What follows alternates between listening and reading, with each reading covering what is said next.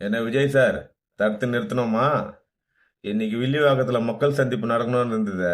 அதை நீங்களே கேன்சல் பண்ணீங்க பாத்தீங்களா? பண்ண வச்சோமா? அதான் பவர், அதான் அதிகாரம்.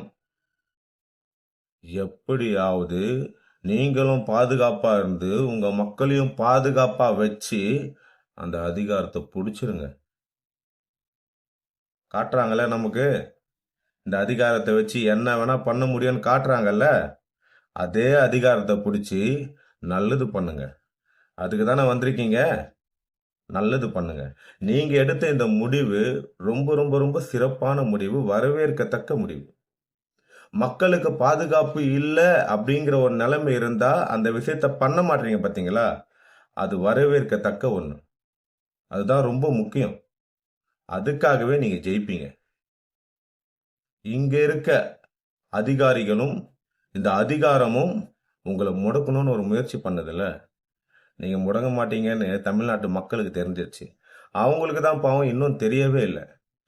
ஐயா அதிகார வர்க்கங்களே, ஒரு மனுஷன் நல்லது பண்ண வந்திருக்காரு.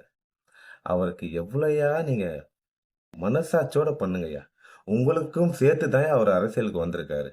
இப்படி காலம் முழுக்க ஒரு அடிமைத்தனமாவே ஒரு வேலை பார்க்குறீங்களே, அதுல இருந்து மீட்டெடுக்கணும்னு தான் அவர் அரசியலுக்கே வந்திருக்காரு. தயவு செஞ்சு முறையான பாதுகாப்பு கொடுங்க. ஒரு ஒரு ஒரு நபர் அரசியலுக்கு வந்து அந்த மக்களை பாதுகாக்கணும்னு நினைக்கிறாரு. இவ்வளவு காலமா அந்த மக்களோட பணத்துல தான் நீங்க வாழ்றீங்க. அவங்கள பாதுகாக்கணும்னு ஏன் உங்களுக்கு தோண மாட்டேங்குது? தயவு செஞ்சு மக்களுக்கு பாதுகாப்பு முறையான அளவுல கொடுத்து அவருடைய மக்கள் சந்திப்பை நடத்த விடுங்கய்யா. எனக்கு ஒண்ணு மட்டும் நல்லா புரியுது. அவரை ஜெயிக்க வைக்க போறது இந்த மக்கள் ஓட்டோ இல்ல இந்த மக்கள் ஆதரவோ கிடையாது.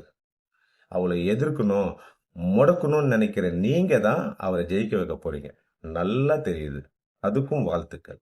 நன்றி.